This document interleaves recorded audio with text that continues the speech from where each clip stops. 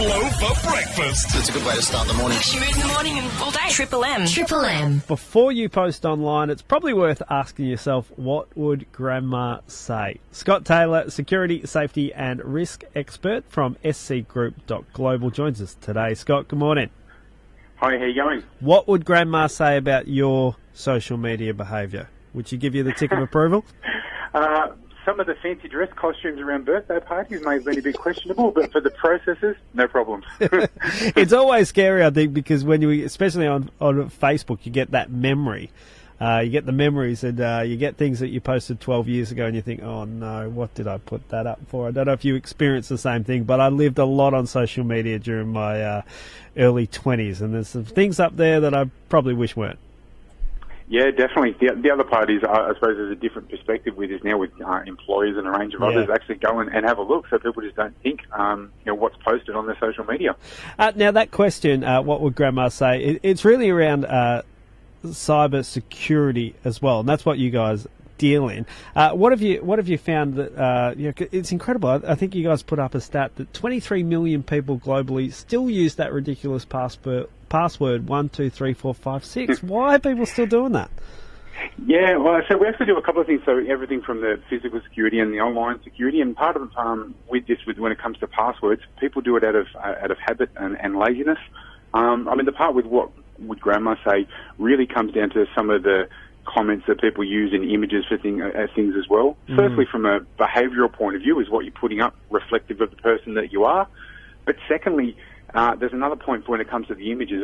There's a concerning trend that you see, especially with the amount of people working from home at the moment, is people are putting photos and images up, and it's of their home office, but in the background they've got a copy of their rates notice or details open. They're not thinking the background. Or the classic one, look, Johnny's just got his licence, and here's a picture of him holding his licence up in front of his car with the rego plate. Yeah.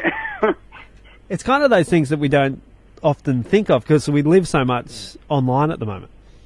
Oh, very much so. And the other part is because of the habits as well, and some of the things that people do, the classic ones that you see, which celebrity do you look most like, or which holiday would you be going on, and people get caught up in that and enter all this data and share it. And those are the things are finding information about birthdays, cats' names, locations and others, so they collate data, and that's what happens when they get this information to try and refine the picture that they have of you. So what are some key tips that we should do if we're trying to be a bit safer online? And I guess we all should be doing that. Yeah, well, the couple of ones. First one would be with regards to the passwords, and the saying is, password hygiene. But firstly, don't have the same password for every platform. And what happens is people have the same password across all the different platforms, including the ones that they're not using anymore.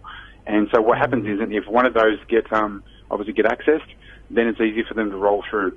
With the password, change from password really to passphrases. Passphrase, so we say more than 12 characters, which can be a combination of random words, but then using between uppercase, lowercase, punctuation, a range of things in there. So to really mix that up, that coupled with obviously having a good strong passphrase and the different passwords is a really good start. The other thing would be getting together the multi-factor authentication. It's so simple, with your Facebooks and LinkedIn's and range of others. It's literally just setting up whether you've got one of the apps downloaded, the authenticators, or setting up a second level of authentication, which can be, your fingerprint, your face, a message to your phone. Getting those things in place, make it a lot harder to access your information. So there's some quick and easy things that we can do.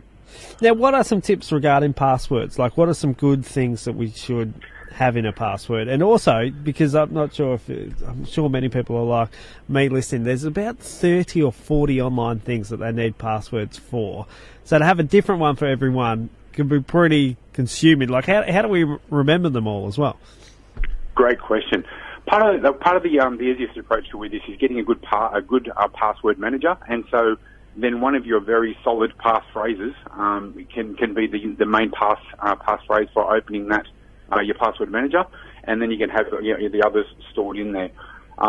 So definitely having the different passphrases it helps, and with the amount of accounts that people have, the average, just so you know, is normally across at least 7 passwords that are getting replicated, because the sad thing is they're also getting replicated from work and personal accounts. Yeah. So it happens both. So there's vulnerability everywhere with that sort of use. So, yeah, with the passwords, I mean, definitely, look, there's a range of approaches that people take.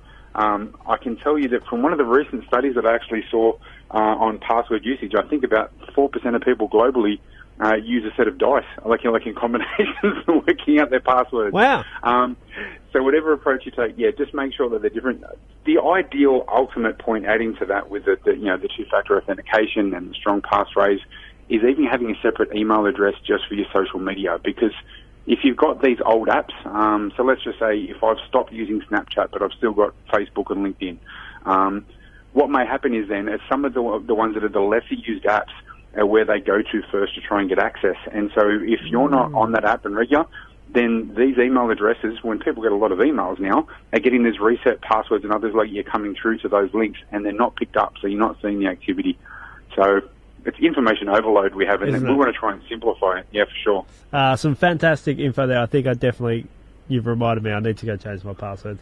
scgroup.global, security, safety and risk expert Scott Taylor. Thanks for your time today. Appreciate it.